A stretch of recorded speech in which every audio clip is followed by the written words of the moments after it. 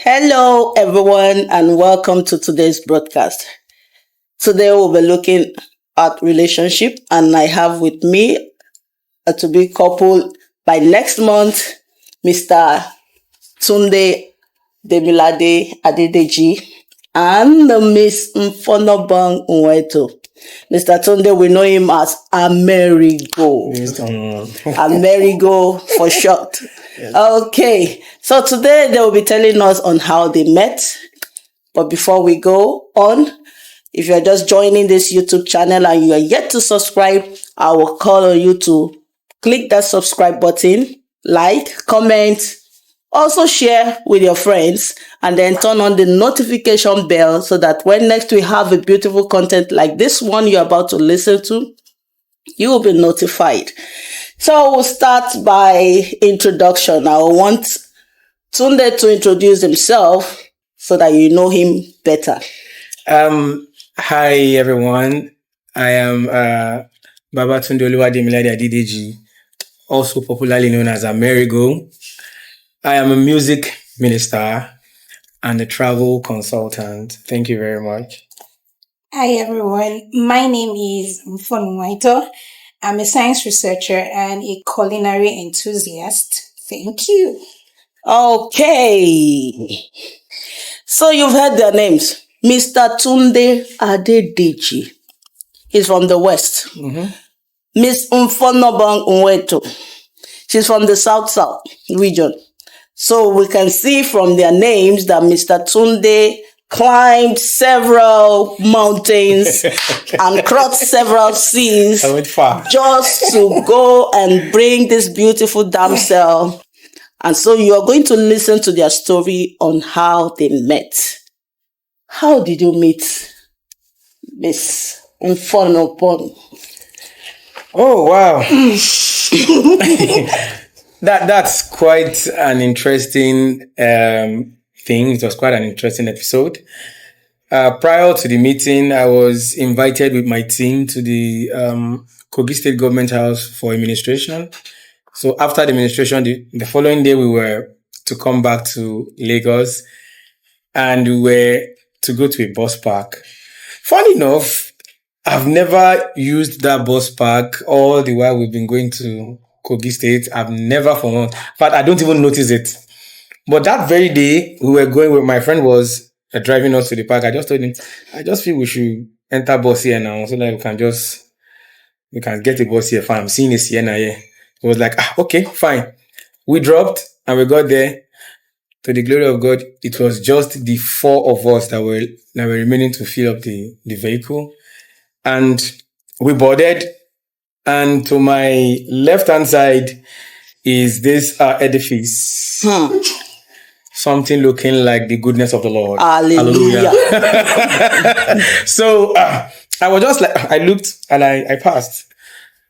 A little into the journey, I just heard it clearly in my ear. Look beside you. Wow. Did you hear that? That is your wife. Look beside you. I couldn't have mistaken the voice. Look beside you. That is your wife. Thank God I'm sitting and the other person is a guy, so I know where to look. So I looked beside me. It's a beautiful woman. No? But God, I like fair women. This is what you're saying.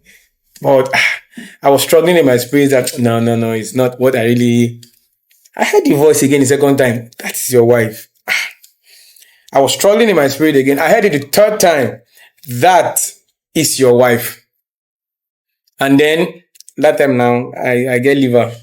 I just looked to her. I'm like, hello, how are you doing? She said, I'm fine. I said, the Lord said I should tell you that you are my wife.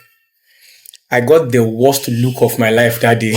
Like, she looked at me like, who is this person? And I felt really bad, but the conviction I had that I heard right is what actually made me continue the conversation. Like, yes, I just heard it must be like you are my wife. And then the journey continued. We started getting along on the way.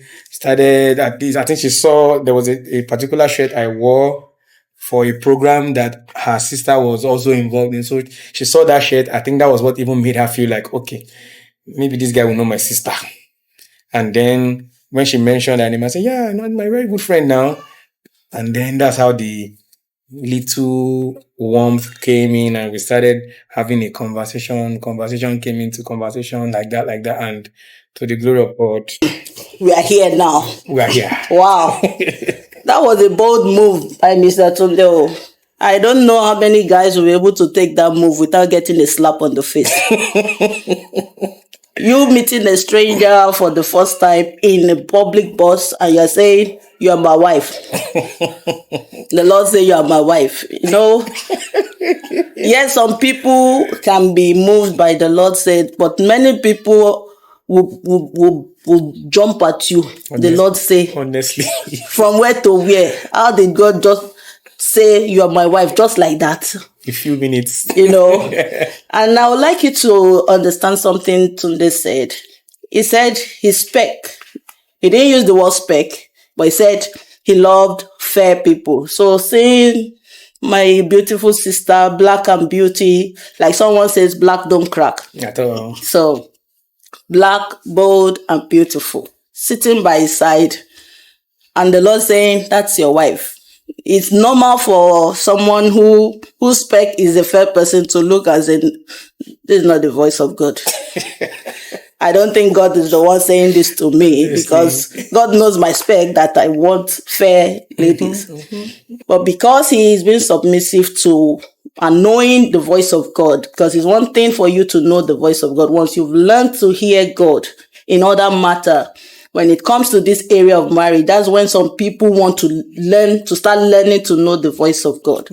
So it's a lesson for you. I just want to challenge you to learn to hear the voice of God, know how God speaks to you on other areas of your life, so that you'll be able to channel it better when it comes to this very sensitive area, which is the area of marriage, that God is not saying, this is your wife. You're able to say, oh yes, Lord, I receive her, I receive him as my husband. Yes. Okay, not to take your time. So, Mr. Tunde told her boldly, you are my wife. And she gave him the look of his life. That he almost wished the ground should open and he would just enter inside. That look is still in my head. He said the look is still in his head. Wow. Sister Mfon, what came to your mind when he said so? Apparently, he missed a part. At first, he asked and he said, you're a pastor's daughter, right? Yeah, I remember. And I looked at him, I'm like, from where to where? Are they writing it on the forehead? And I was hesitant to answer. I just looked at him and I'm like, why are you asking? He said, I just heard that you're a pastor's daughter. And I'm like, okay, thank you. And I put my earpiece back in my ear. After like 15 minutes, I'm like, do you need something? No. He didn't say anything. The second time, he tapped you. I'm like, bro, do you need something? And he said, God said I should tell you you're my wife. Just like that. Just like that. It was the boldness for me, and I was like, do this kind of scenarios still happen? That we watch them on Nollywood movies, but do they still happen? And I didn't even say anything. I just looked at him. I just put my earpiece back in my ear. I'm like this is not even the beginning of a conversation. If he wants to talk, he should have been able to say, oh, can we have a conversation? I'm not coming up with this. So we're far into the journey, and I just said, maybe this guy is just shy of having a conversation. Let me start a conversation. And that was when I looked at his shirt. I realized it was a program my sister attended, and I said, this shirt you're wearing, is it that somebody gave you or you actually attended the program? And we got talking. He said, oh, can I have your number? I said, sorry, no. Second time, can I have your number? Sorry, bro, no. I think we were approaching Moe, and then we had an accident. So in the midst of the accident, oh my God, I would have died today. That's why I was one that said, bring your phone, let me give you my number. I was like, it is not going to cost me anything. Let's just exchange contact. And we exchanged contact. And I made it clear to him while exchanging contacts, Mr. Man, I am in a very serious relationship. This contact I'm giving to you is just to be acquaintance and friends. He was like, okay. And I looked at him, I said, your face is not going to change. I've said what I've said. And we moved our separate ways. We were talking naturally. Hi, what's up? How's your day going? And no, because I'd just returned from school for my holidays. So we're just talking and all. And far into the conversation, he brought it up again. I said, young man, I'll block you. So in the midst of not trying to be rude as a lady, because my dad will always tell you one thing, you might have a suitor at hand, but you don't know if it is the will of God. So don't be too quick to push away people that come around you. So we still were talking, and I said, okay, the best thing to do so that this guy goes off my back, let me make him friends with my then fiancé. Fear women. So I introduced both of them to each other. They were talking. They literally became best of friends. Serious friends. They became best of friends. So I knew in his mind he'd be like, this guy is my guy. Man, no, they pushing woman behind your back. So that what I wanted to achieve, I achieved it with what I did. And time went on and things were going smoothly as friends. Not until I lost my fiancé. He died. So 2 days after he died, It came up Amerigo with the audacity. Somebody is still mourning. Had the audacity to tell me. He called and I was like, what's up? He was like, I know you're really not in the mood to talk. I'm like, yes, obviously I'm not in the mood to talk. Did you just call to say? I was like, no, he called to tell me something very important. In the bid to know what was that important, I said, oh, okay, go ahead. And the next thing that will come out of his mouth, when you hold on to what is not yours, God has a way of taking it away from you. Wow.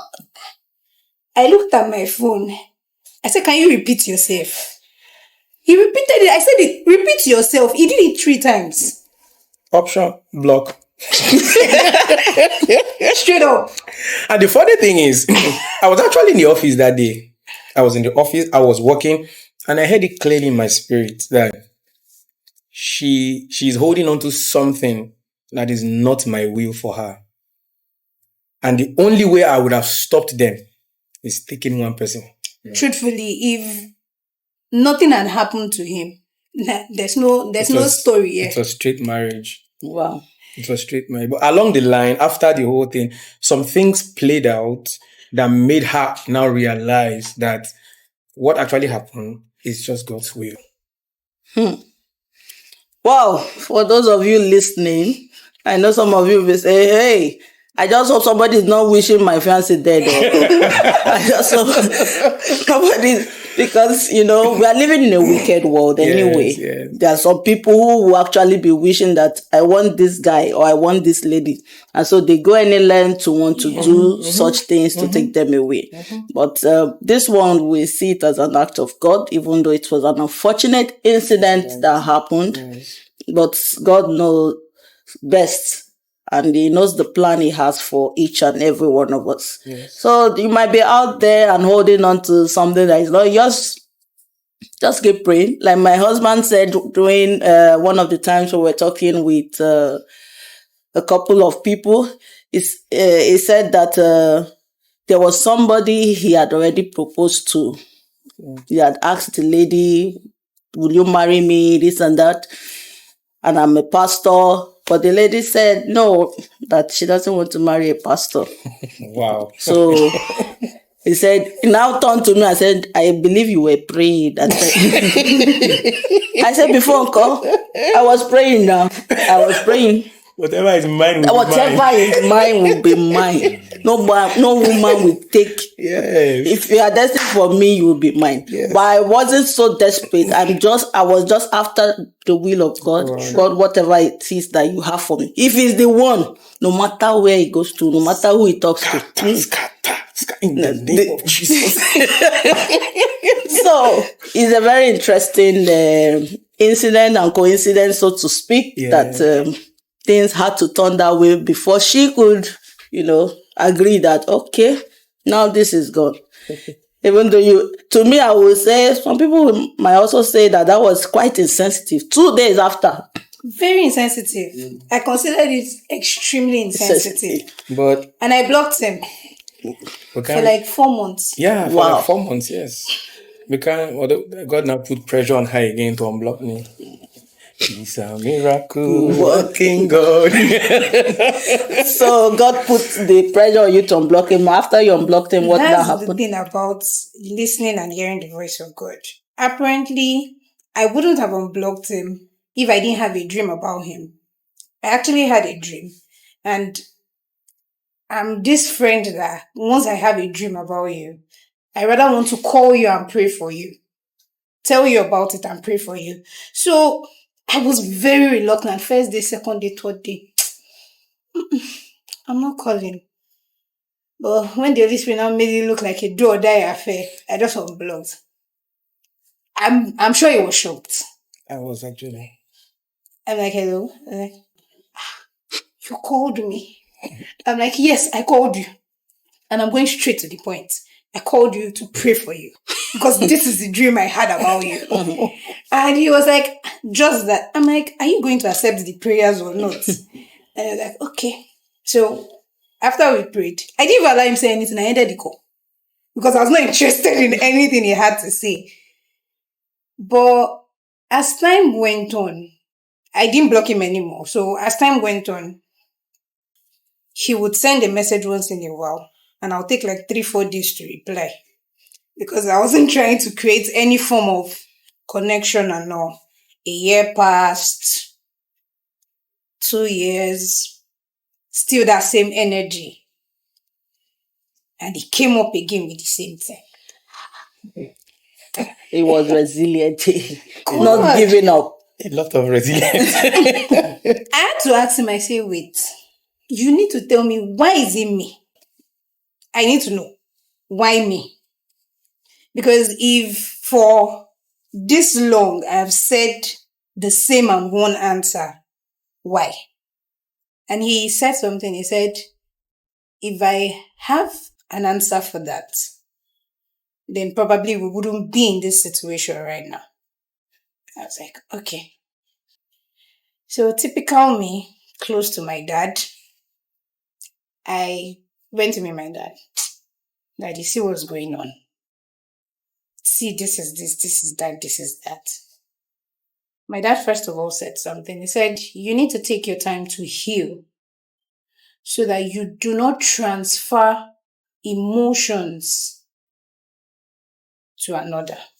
That you might say you love this person and then you end up transferring emotions based on what you feel and what you have experienced to the other. That I would first of all advise that you take your time to heal properly and then see if you're ready to open up yourself onto another. And I'm like, okay. We're still talking. Everything was just going back and forth. Until my mom called me one night. And when my mom calls you in the middle of the night, you know that it's a very serious conversation. Action, mama. And she's like, Mfon, if I die today, I'm like, where is this conversation coming from? That I want you to understand that there are certain things that have to do with life, relationship, marriage, and all. That I don't know why I'm telling you this, but I might not have the time to do so. Now, this is what marriage entails. This is what relationships entails. Your dad has spoken to me about this same and one guy that has been on your case. That why don't you pray and seek the face of God about it. Yes. And I was like, Mommy, won't people say? My mother stopped me. They said, last I checked, what people say should not be a priority or a yardstick for the direction of your life. Exactly. It has to be, what does God say? Mm-hmm. If you're saying, what will people say? That you ended up marrying a friend that you introduced to your ex. I said, Then I was going about asking my friends stylishly, like, if I start dating now, this one will be like, babe, you have mourned him enough. Just go ahead with your life. I was like, okay. I was giving it time because naturally, I just wanted to heal. Because the past relationship was something that I took so dear to me. And in every way, like whenever I turned around, it might probably be I look at a clothes or somebody says something, I have a remembrance of something happening. And I didn't want it to be that he was enduring my emotions. I wanted it to be I was free of them, and then I was ready to move with an open slate to be with him. So I think it was November. November when? November 2021.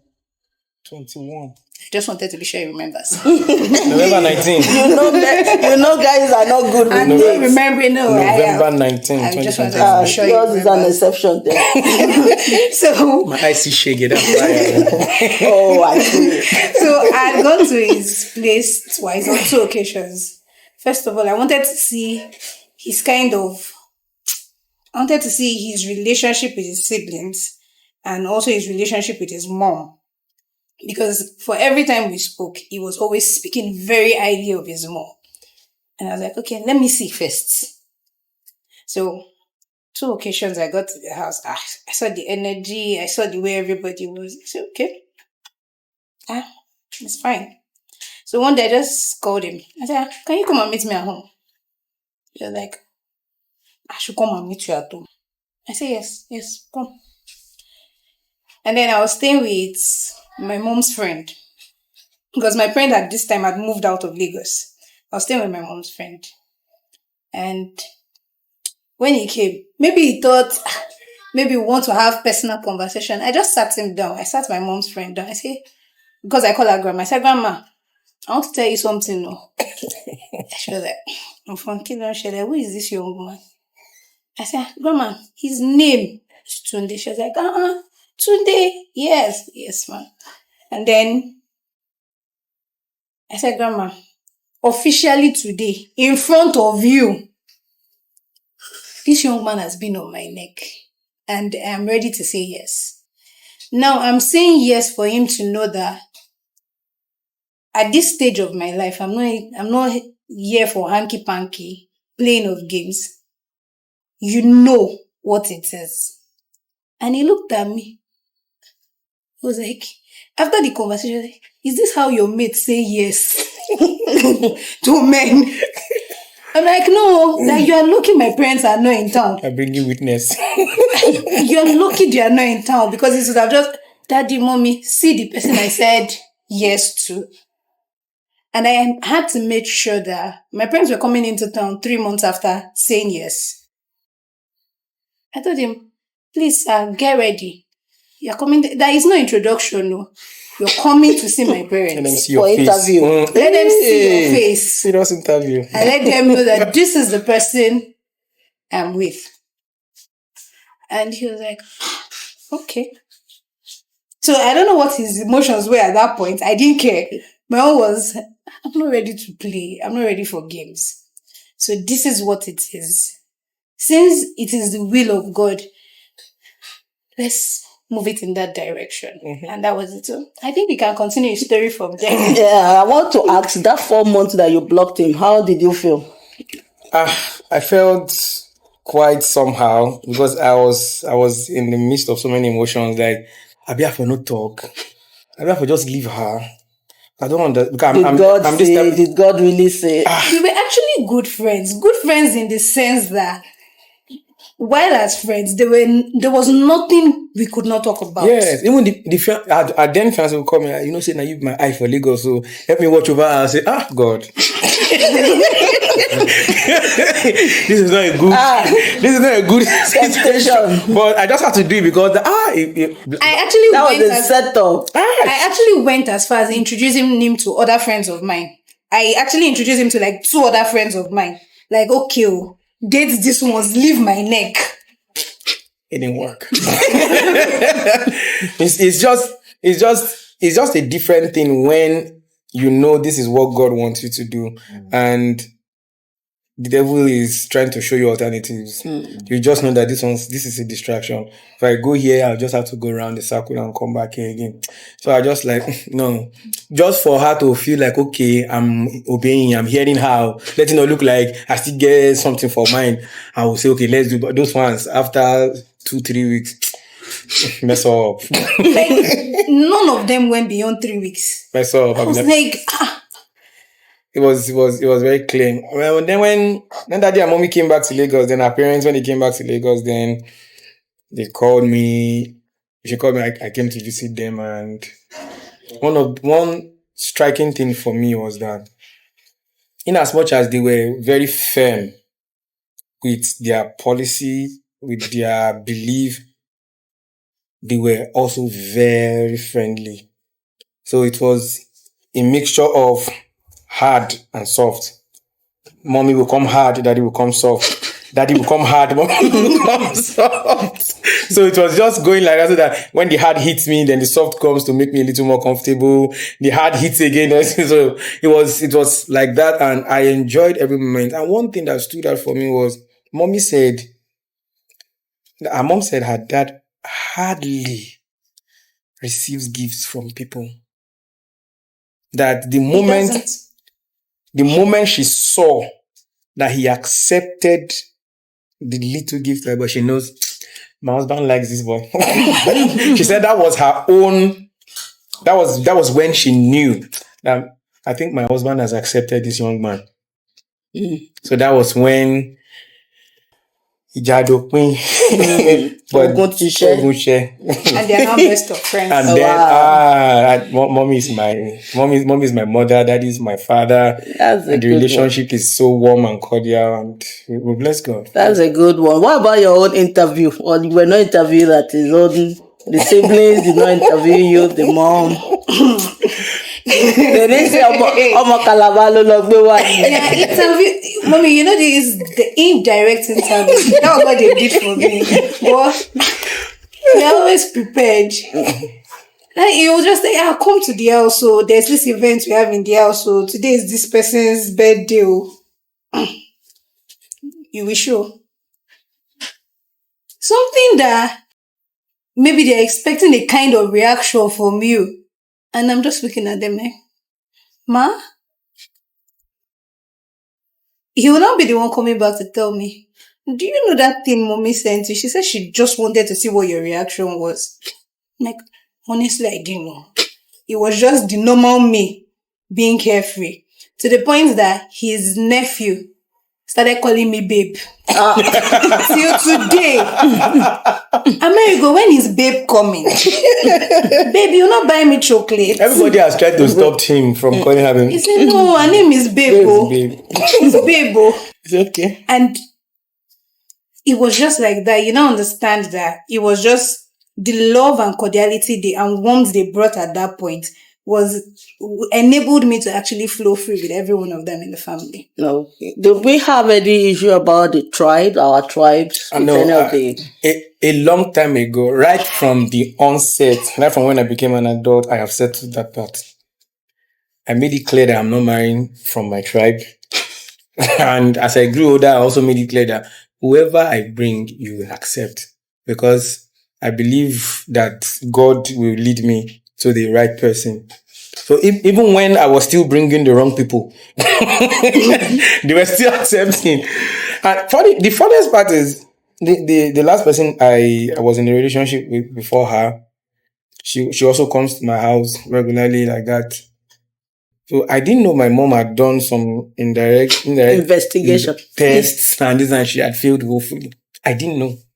It was after I now introduced her, and then she now passed all those tests and even extra ones.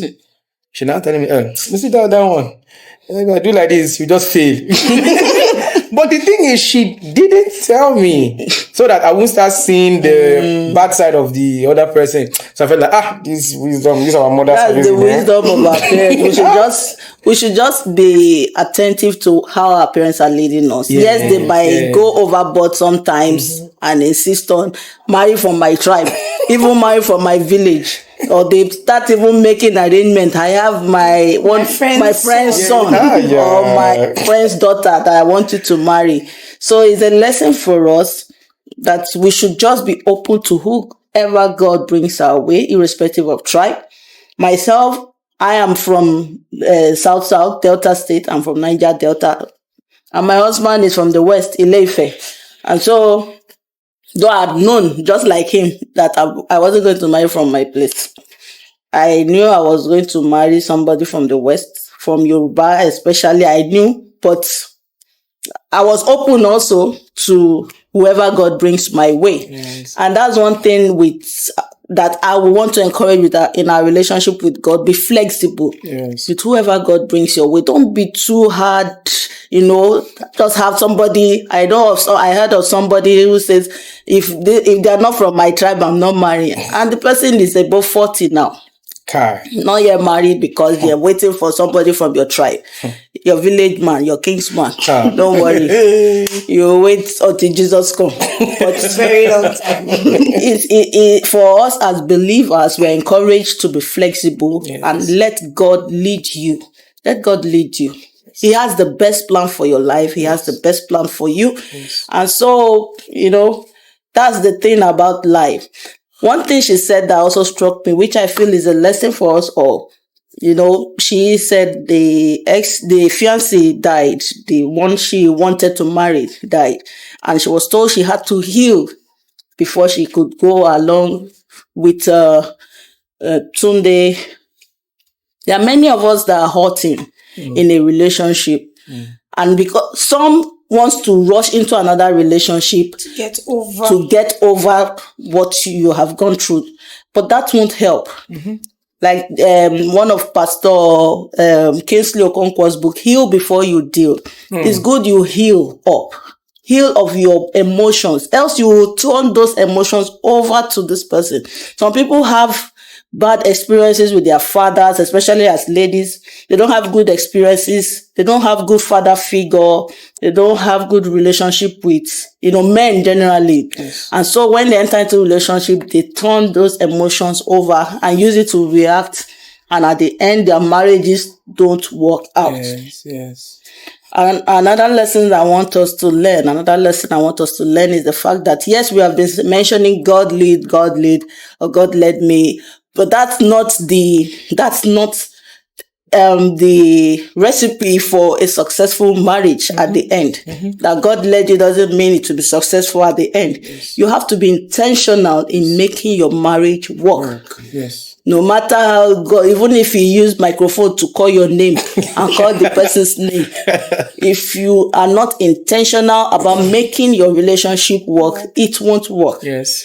And so, by the grace of God, Tunde and Mfon will be getting married next month, and we're inviting you to come.